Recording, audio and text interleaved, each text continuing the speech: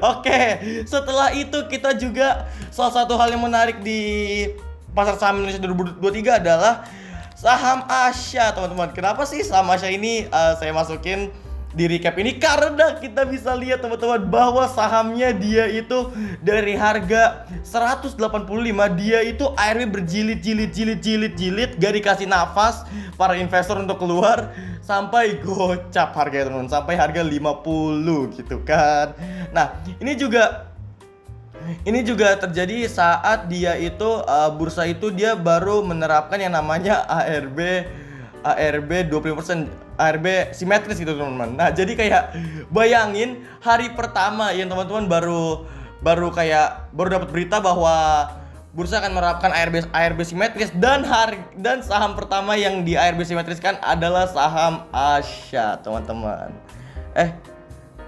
Oh enggak, ini masih di sini, nih sekitar sini dia mulai ARB.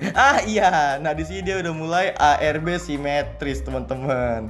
Bahkan sampai gocap. Ngeri banget. Saya nggak bisa bayangin siapapun yang pegang Asia itu pasti dia gemeter banget dia lihatnya, karena ini bener-bener kalau dari ARB berjilid-jilidnya ini bener-bener gak dikasih napas untuk keluar, teman-teman. Merinding buat saya lihatnya. Oke, abis itu ada juga melonjaknya harga saham emiten milik Pak Prayogo Pangestu, teman-teman. Nah, jadi kita di sini saya udah kasih listnya. Ini emiten-emiten yang dimiliki oleh Pak Prayogo Pangestu, teman-teman. Dimana kita bisa tahu bahwa ada emiten brand gitu kan, Barito Renewables Energy yang mengalami lonjakan harga sejauh berapa persen? 783%, teman-teman. Wow, tinggi banget. Bahkan dari IPO dia nggak sempet ada yang namanya koreksi dalam gitu kan. Paling sedalam-dalamnya itu sekitar berapa nih? Sekitar 18%-an gitu kan.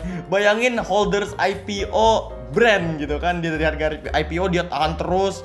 Itu dia golden hands banget, dan itu 800% dari harga IPO gitu, dan jarang banget turun. Dan teman-teman yang seperti kita bisa tahu, nanti itu saya bahasnya nanti aja deh. Nah, saham brand ini naik 783%, dan ada juga BRPT atau Barito Pacific, teman-teman, yang dia itu mengalami kenaikan harga sejauh berapa? Udah 123%. Ini tuh salah satu saham LQ45 gitu kan, yang dia itu bisa mengalami lonjakan harga sebesar 123%.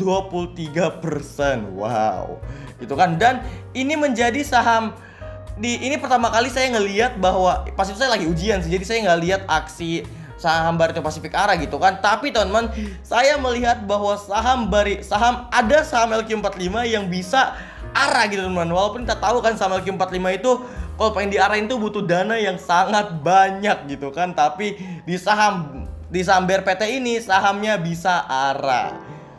Oke semuanya, jadi selain BRPT, teman-teman, ada juga saham cuan gitu, teman-teman. Kode emitennya cuan, yaitu Petrindo Jaya Kreasi Tbk, teman-teman. Nah, ini juga salah satu perusahaan Pak Prayogo Pangestu, teman-teman, yang dimana dari Maret, teman-teman, dimana dia IPO, dia itu telah mengalami lonjakan harga setinggi 8.000%-an, teman-teman. Wow, itu tinggi banget gitu kan. Bayangin, teman-teman, orang-orang yang hold dari IPO sampai sekarang itu udah banyak banget gitu kan returnnya.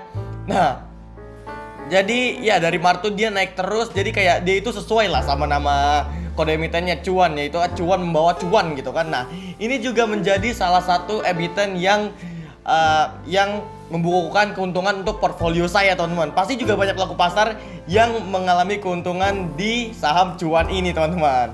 Nah, selanjutnya juga ada Petro. Nah, cuan beda ya, teman-teman. Untuk saham PTRO ini atau Petrosi Tbk, dia itu perusahaan yang diakuisisi oleh cuan, teman. Jadi kayak dia itu masuk ke dalam emiten Prayogo Pangestu melalui jalur akuisisi, teman-teman. Ini akuisisi siapa? Ya cuan gitu kan.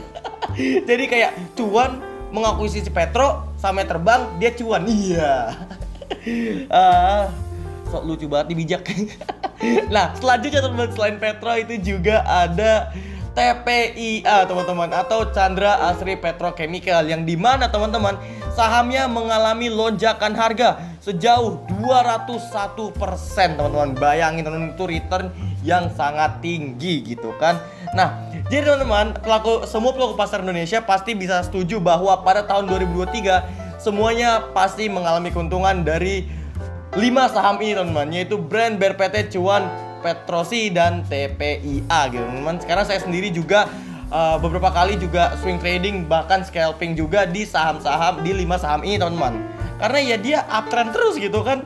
Nah, tapi teman-teman, yang cuan itu nggak cuman yang memiliki harta kekayaannya naik itu nggak cuman para pelaku pasar saham, teman-teman, tapi juga Pak Prayogo Pangestu sendiri, teman-teman. Di mana Pak Prayogo Pangestu sekarang menjadi orang terkaya nomor 1 di Indonesia yang memiliki harta kekayaan sebanyak 854,49 triliun rupiah, teman-teman. Wow, itu banyak banget gitu kan. Jadi kayak Pak Prayogo itu udah ngelewatin Pak Lautakwong dan juga ada mungkin Pak Hartono gitu kan, Pak Hartono bersaudara di skala kekayaan, teman-teman, karena kenaikan harga sahamnya. Jadi kayak semua pelaku pasar tuh bisa berterima kasih gitu kan kepada Pak Prayogo karena telah memberikan return portfolio yang sangat tinggi di tahun 2023, teman-teman. Jadi kayak Pak Prayogo menjadi orang terkaya nomor 1 di Indonesia, tapi ngajak-ngajak orang lain juga gitu kan, yang kayak bagi berkah gitu. Oke, teman-teman, selanjutnya yang menarik pada tahun 2023 itu juga ada saham kayu nih, teman-teman. Karena kenapa, teman-teman? Kita bisa lihat untuk saham kayu. Nih, saham yang berkode emiten kayu atau Darmi Bersaudara, dia itu dari April, teman-teman. Sahamnya dari April, dari gocap nih. Sahamnya kita bisa lihat sini. Sahamnya kita bisa lihat di sini, dia itu gocap gitu kan. Dia gocap. Dia tidur gitu kan. Tidur di angka 50, dan dari April, teman-teman, sahamnya telah naik dan mengalami lonjakan sejauh 1.297%, teman-teman. Wow, itu tinggi banget gitu kan.